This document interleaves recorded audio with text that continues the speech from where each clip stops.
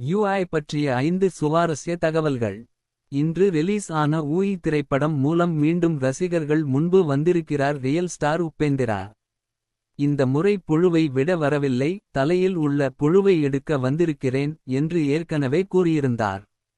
அதன்படி இப்போது சில விஷயங்களை இந்த படத்தில் தொட்டிருக்கிறார். அதன்படி அந்த எதிர்பார்ப்புகளுடன் இப்போது ஊயி திரைப்படம் பெரிய அளவில் வெளியாகியுள்ளது. இதற்கிடையில் உபேந்திராவின் இந்த படம் ஏன் ஸ்பெஷல், ஊயி திரைப்படத்தை ஏன் பார்க்க வேண்டும்?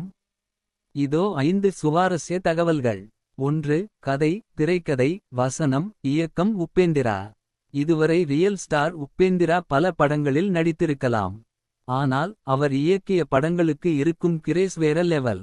திரையில் அவரை பார்ப்பதோடு கதை, திரைக்கதை, வசனம் மற்றும் இயக்கம் உபேந்திரா என்று பார்க்க விரும்புபவர்களே அதிகம்.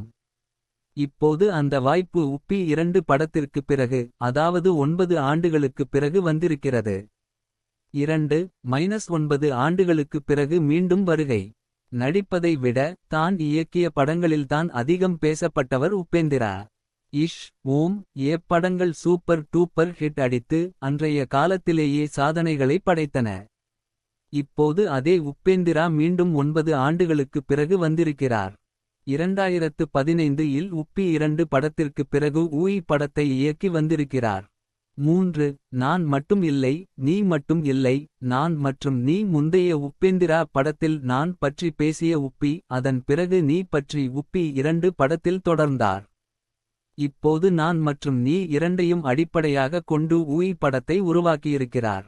நான் மற்றும் நீ இருவரும் எதிரெதிராக நின்றால், சத்திய யுகத்தின் சத்திய கலியுகத்தின் கல்கி எதிரெதிராக நின்றால் என்ன நடக்கும் என்பதை ஊயி படம் மூலம் காட்ட முயற்சி செய்திருக்கிறார்.